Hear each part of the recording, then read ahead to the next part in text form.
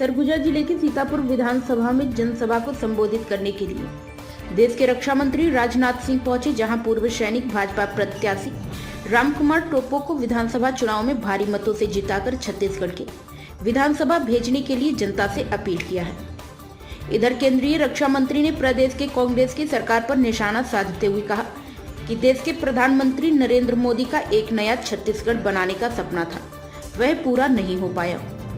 जहां छत्तीसगढ़ में कांग्रेस की नई सरकार आने के बाद से ही भ्रष्टाचार चरम पर रहा, वहीं कांग्रेस की सरकार में तो सट्टा बाजार भी गर्म रहा, जिसकी वजह से जांच एजेंसियों ने महादेव ऐप में कई खुलासे किए हैं। इस महादेव सट्टा में जिस किसी की भी सहभागिता होगी वे सभी जेल जाएंगे। साथ ही कहा, इस क्षेत्र में धर्मांतरण का मुद्दा भी एक बड़ा मुद्दा रहा है, लेकिन भाजपा की सरकार बनते ही सरकार धर्मांतरण पर रोक लगाने के लिए पहला कदम उठाया जाएगा। मोदी जी का जो एक नया छत्तीसगढ़ बनाने का सपना था मेरे बहनों भाइयों, वह साकार नहीं हो पाया। नई सरकार कांग्रेस की आई, भूपेश बघेल मुख्यमंत्री बने। भूपेश बघेल के मुख्यमंत्री बनने के बाद आप जानते हैं क्या हो रहा।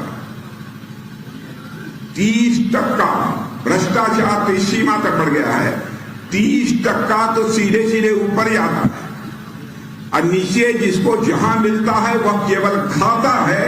यही हो गया है यहां की कांग्रेस की सरकार में। इसलिए मैं आज आप लोगों से अपील करने आया हूं कि भूखी भ्रष्ट सरकार, ऐसी भूखी भ्रष्ट सरकार आप लोगों ने कभी देखी नहीं होगी बहनों भाइयों, जैसी सरकार यहां पर है। 5 सालों से सत्ता का धंधा किस प्रकार से चल रहा है और एक महादेव है, महादेव जी आ गए। लगता है कि महादेव जी ने तय कर लिया है इस भ्रष्ट सरकार को यहां से जाना चाहिए और भारतीय जनता पार्टी की सरकार यहां आनी चाहिए मेरे बहनों भाई।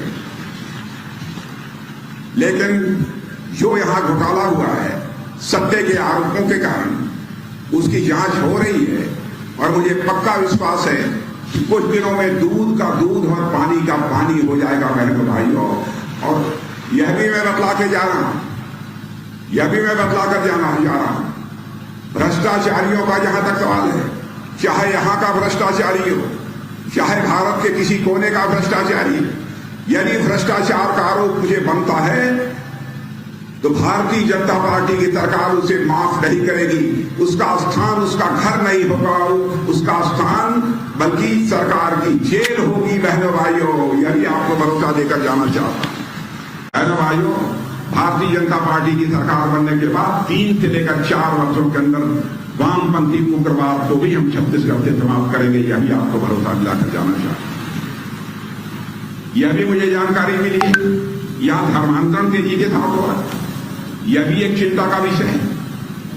प्रलोभन देकर किसी का धर्म परिवर्तन क्यों किया जाना चाहिए? क्या मिल जाता? यदि हमारी सरकार बनी तो हम इस धर्मांतरण पर भी प्रतिबंध लगाएंगे मेरे बहनों भाई। इसलिए मैं बहनों भाइयों में आपसे कहने आया हूं कि आप सभी भारतीय जनता पार्टी को अपना समर्थन दें। और जहां तक हमारे प्रत्याशी रामकुमार जी का प्रश्न है, यह पूर्व सैनिक, इसलिए मैंने सोचा कि हमारा पूर्व सैनिक यदि चुनाव चल रहा है, चुनाव लड़ रहा है, तो इस देश के रक्षा मंत्री को भी उसकी कन्वेंशन के लिए जाना चाहिए। इसलिए मैंने फैसला किया कि मैं आया। यह ऐसी मजबूत सरकार, ताकतवर सरकार, और रामकुमार टोप्पो यह पूर्व सैनिक है। भारतीय जनता पार्टी ने बहुत सोच समझकर इन्हें चुनाव के मैदान में उतारा, बहुत सोच समझकर उतारा। बोलते भी अच्छा है रामकुमार टोप्पो, देखने में भी ठीक ठाक है।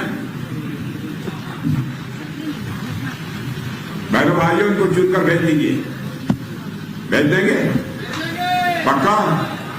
इधर के लोगों से पूछना पक्का, लेकिन मैं चाहता हूं रामकुमार टोप्पो को एक बार रिकॉर्ड में उसे विजय दिलाकर भेज दीजिए, रिकॉर्ड में। और मैं रामकुमार टोप्पो को कहूंगा कि रामकुमार जीत जाने के बाद एक बार कभी साल, 1.5 साल, 2 साल में मुझे फिर से यहीं पर बुला लेना, यहां की जनता का दर्शन करने के लिए मैं आना चाहूंगा। और यदि मैं दोबारा आना चाहूंगा, बुक्के लेने के लिए नहीं आना चाहूंगा, फूलों की हार पहनने नहीं आना चाहूंगा।